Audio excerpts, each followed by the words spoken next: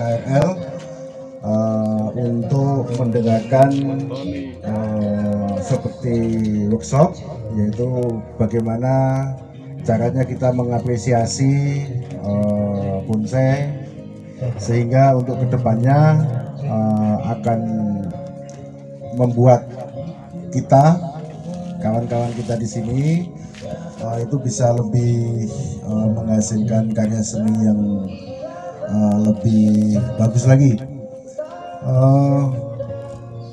Jadi tujuan daripada apresiasi siang ini adalah untuk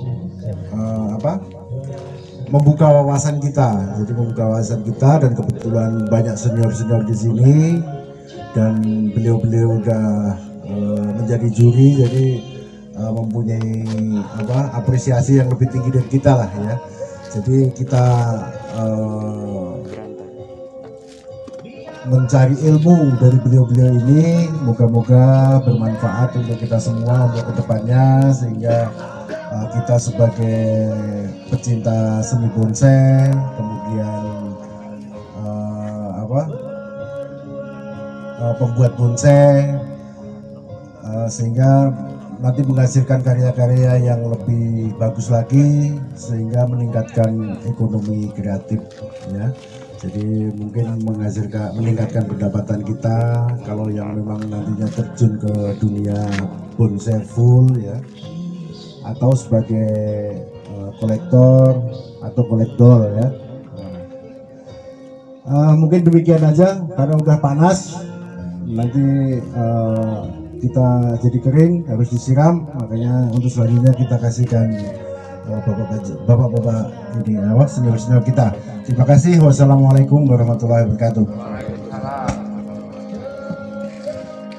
Biasa untuk mempersingkat waktu, session ini akan kita bagi. Saya akan menyampaikan teori, dan nanti kawan-kawan juri yang lain akan turun ke lapangan beserta dengan komunitas. Apa yang ingin ditanyakan silakan, tapi menyangkut bonsai jangan yang lain ya. Oke. Sebagai pengetahuan umum, di Indonesia sampai saat sekarang ini kurang lebih ada 180 cabang PPBI, dan setiap cabang itu mempunyai ciri tanamannya. Seperti yang saya pelajari di Lampung Barat ini, ada pohon apa itu, kalaga ya, kaliage. Nah itu kan habitatnya tumbuh di sini baik. Jangan lalu pikir wah gimana ya kalau membakar tanaman lain. Bangun jadi salah satu ciri khas dari Lampung Barat. Dan kalian juga harus bangga ya, PPBI itu adalah salah satu organisasi bonsai terbesar di dunia. Gak ada lagi yang ngalahkan PPBI. Ya negara-negara lain ada, tapi mereka bentuknya klub. Dan kalian harus membantu nama baik PPBI, karena bonsai kita 3 besar di dunia selain Jepang, China. Bukan berarti ada urutan nomor 1, nomor 2, nomor 3, enggak. Kalau kita berbicara masalah Junipers, Sinensis, Sargenti, kita tuh nggak ada apa-apanya sama Jepang, dia number 1. Kalau kita bicara Fusu, bisa bicara Loansung atau Tokarpus, nggak ada apa-apanya kita sama China. Tapi mereka jangan coba-coba bicara cemara udang, santigi, serut, banyak jenis tanaman tropis yang kita kuasai. Nah itu kita nomor 1 di dunia. Cobalah kalian bantu mempertahankan itu. Mampu kan? Mampu. Senang juga, semangatnya luar biasa. Gak bisa sama. Karena Setiap pribadi itu punya selera, kembangkan itu. Jangan lalu dengar teman. Wah, kalau dengar teman sekali sih oke, 2 kali agak bimbang, 3 kali innalillahi itu bahan. Nggak akan benar. Sekarang siapa yang datang ya, Anda boleh lihat, tapi nggak boleh pegang.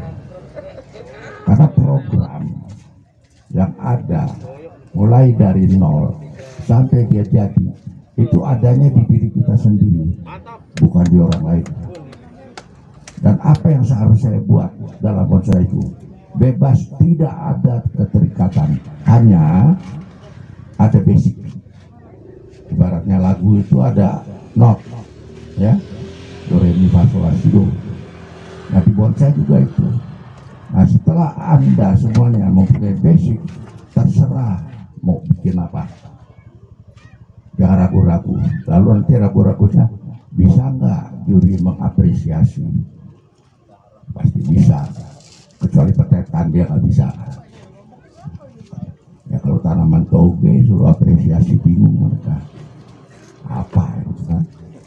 Nah untuk mempersingkat waktu, kita bicara botani mungkin di sini mayoritas paham itu ya. Nah, kita bicarakan masalah seni. Di dalam estetika seni itu ada 3 pemahaman. Yang pertama filosofi, yang kedua teori, yang ketiga ilmu. Filosofi itu ada 5 item. Yang pertama rekayasa. Yang namanya bonsai itu pasti dibuat, pasti direkayasa, nggak mungkin nggak. Kalau di alam bebas Anda dapat yang udah jadi bonsai itu kayaknya keajaiban. Jadi pasti bonsai itu direkayasa, dibuat. Dan objek yang kita gunakan itu adalah pohon yang hidup. Itu sifatnya dinamis. Ya tumbuh, berkembang, berubah.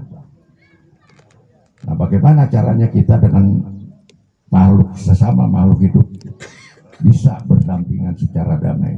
Jangan kita memaksakan kehendak. Yang ketiga realis. Realis itu alam nih guru kita. Kalau kita juri-juri semuanya itu cuma provokator ya. Tapi kalau guru itu alam. Banyak contoh. Kok kita bisa tahu oh itu pohon cemara, oh itu pohon asam, pohon mangga. Kenapa? Karena dia mempunyai khusus spesialis buat dia.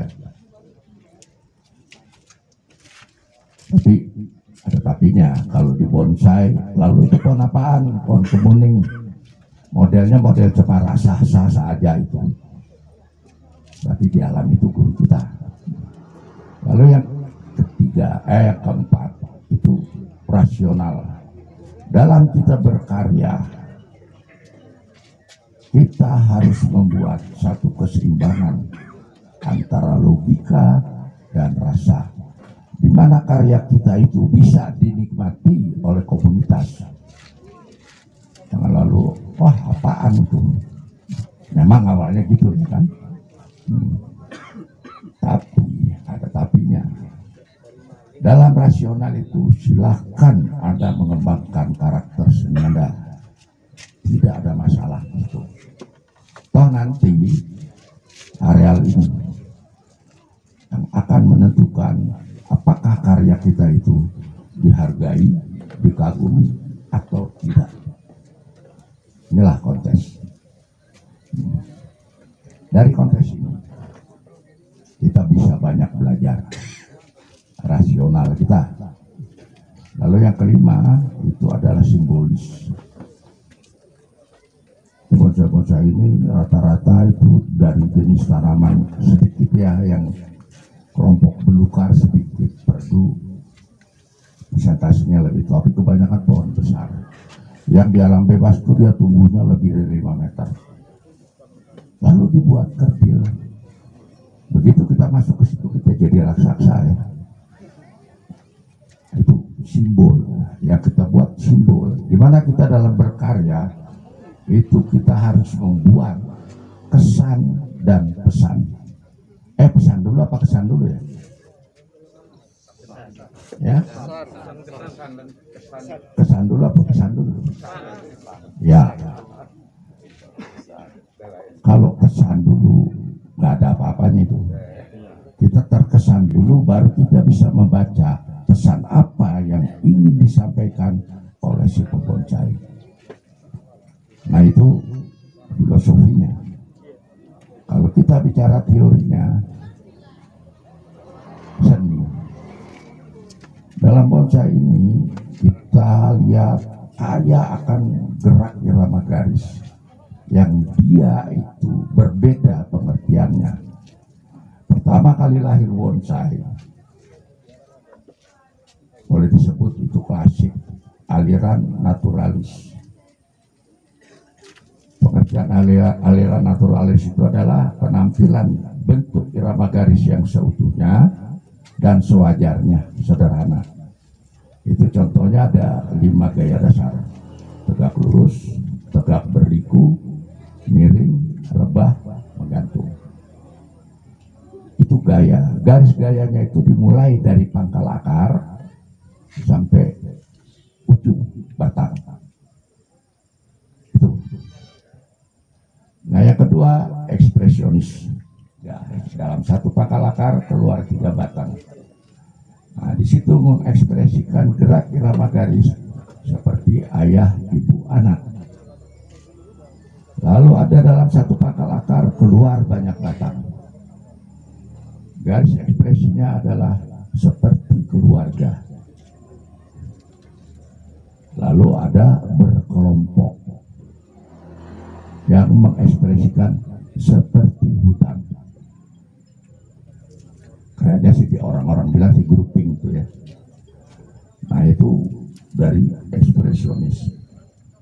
Gerak irama garis yang mengandung arti tersendiri. Ini era modern, tapi orang nggak puas. Masa bonsai cuma gitu-gitu? Terjadi inovasi baru. Mereka sudah masuk ke dalam alam hayal yang disebut surrealis. Surrealis itu adalah gerak irama garis hayal yang menimbulkan perbedaan hayal untuk si penikmat. Contohnya bonsai rakit. Dari satu pohon yang tumbang, dari pohon yang tumbang keluar batang, keluar cabang, dan itu beralih fungsi menjadi batang. Nah, inilah yang diolah menjadi karya seni. Lalu ada juga model sama akar. Garis hayalnya ya di akarnya itu. Wah, itu seperti batu dikurung. Tapi ada juga pohon yang akarnya tuh nempel kan di batu, menjalar. Ada juga yang disebut bonsai panorama. Jadi di batu disusun, di batu itu tumbuh pohon. Nah, pohonnya itu yang dibuat bonsai. Bukan panorama bonsai ya. Bonsai panorama yang diutamakan yang bonsainya. Lalu ada juga yang namanya berakar gantung. Akar gantung itu jadi garis hayal. Karena dia akar gantungnya banyak, hayalnya tuh seolah-olah batangnya kelihatannya besar.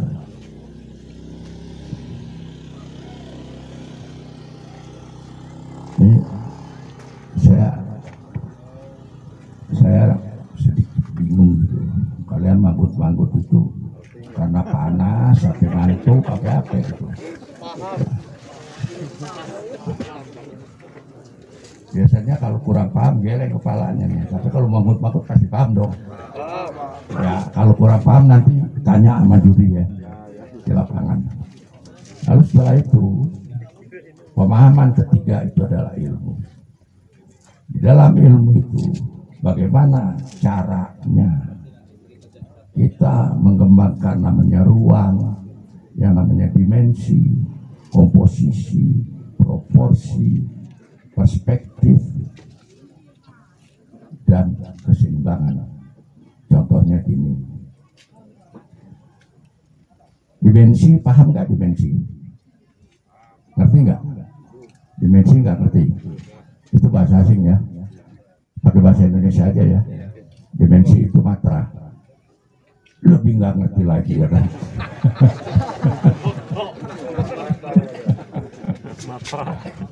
Kalau kita terjemahkan, dimensi itu adalah ukuran ruang. Karena ada 2 dimensi, 3 dimensi. Ya kan? Kalau di bonsai itu multidimensi. Kalau dibilang 3 dimensi masih kurang. Dia multidimensi. Karena semua anatomi pohon itu dia punya dimensi. Jadi dia ukuran ruang.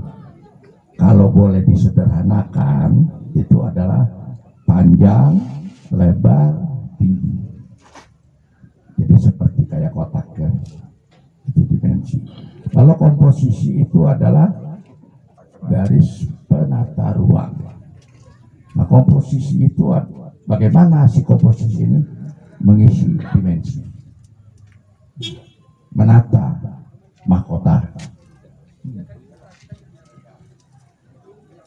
untuk pohon tunggal.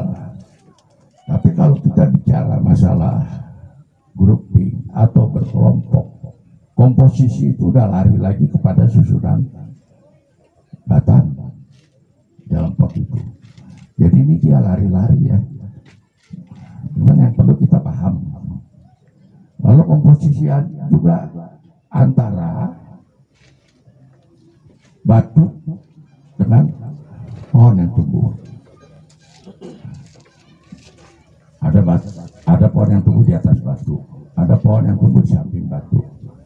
Ada nggak pohon yang tumbuh di bawah batu? Ya? Ada. Ngeliatnya di mana orang batunya doang. Tapi kalau pohon itu tumbuh di batu mengarah ke bawah, itu ada. Tapi kalau tumbuh di bawah batu nggak ada.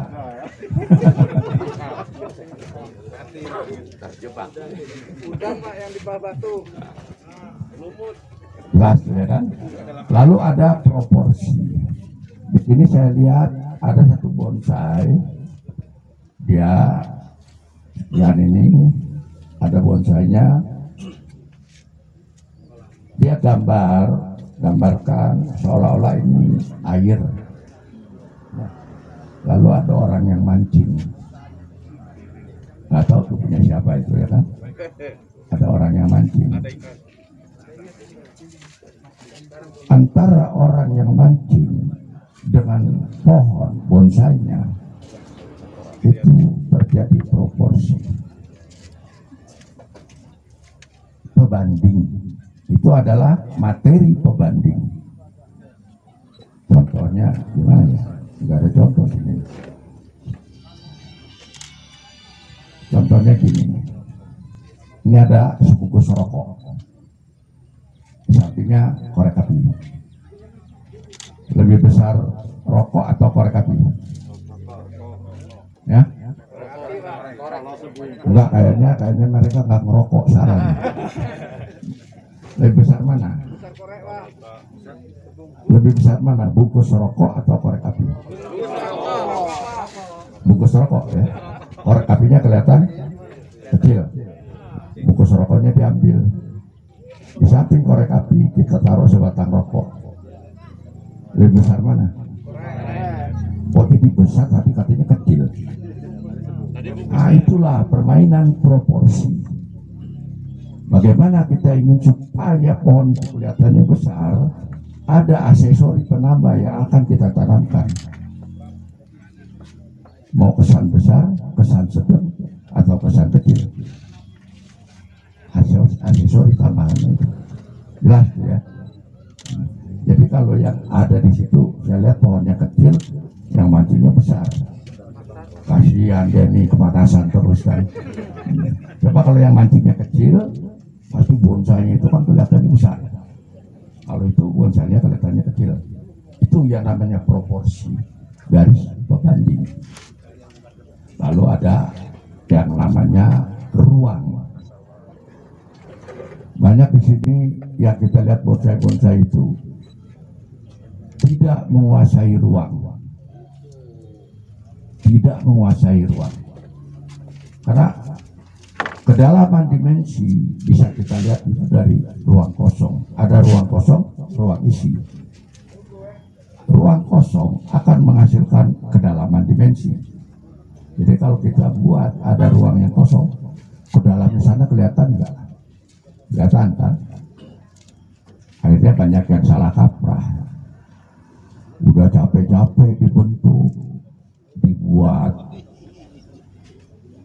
flow ya kan, gerak irama, wah bagus, ditutupin daun, nggak kelihatan terusnya. Nah, jadi bagaimana kita menata ruang isi yang isinya daun dan ruang kosong itu seimbang.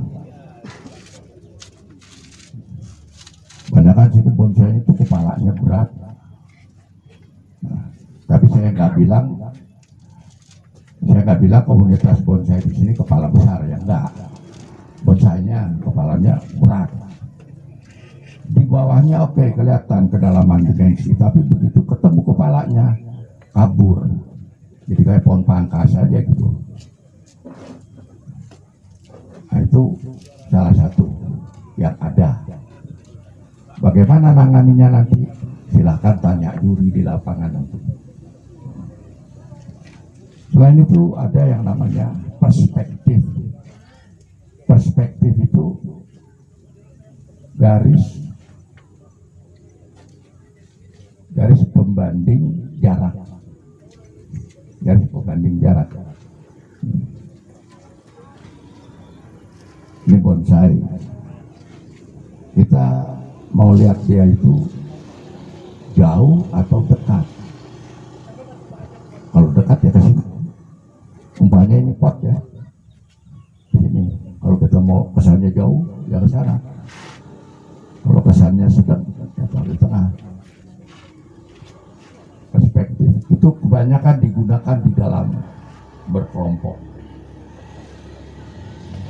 Grouping. Nah itu permainannya luar biasa. Nanti kalau kalian ke lapangan, saya minta dengan hormat ya, coba juri-juri itu diperas. Jangan kasih kesempatan dia ngambil nafas ya. Hanya habis-habisan. Iya kan? Ya? Siap nggak? Nah, siap. Nah, soalnya mereka selalu siap di belakang ya kan. Ntar begitu ya, wah siap kabur. Nah itu yang namanya ilmu. Yang paling penting terakhir itu adalah keseimbangan. Keseimbangan anatomi. Mungkin kalau kita bilang, oh kalau pohonnya tinggi sekian, diameter batangnya itu sekian, bukan jadi seni lagi, jadi matematika itu. Sedangkan seni bukan matematika. Umpamanya kalau dia modelnya meliuk, dia kurus, kecil, tinggi. Sedangkan untuk naturalis mungkin dengan setinggi gitu, diameter batangnya tuh besarnya seberapa gitu kan. Kembali lagi kepada dalam ilmu ini itu adalah feeling kita. Bagaimana terjadinya feeling? Itu adalah perpaduan antara logika dan rasa. Itu harus seimbang. Kalau rasa terlalu tinggi, hayalan. Kalau logika terlalu tinggi, rasanya nggak ada, jadi pontaman. Nah, ini harus seimbang. Jelas nggak itu? Jelas ya? Kayaknya mulai panas nih ya. Panas nggak? Ya? Dingin. Panas dingin. Mereka sih senang. Nah, mungkin penyakit penyampaian dari saya demikian, singkat, mudah-mudahan bisa dipahami. Dan saya mohon kepada komunitas agar supaya pergunakanlah kesempatan kalian bisa menimba masukan dari para juri. Dan ya, saya ucapkan wassalamualaikum warahmatullahi wabarakatuh.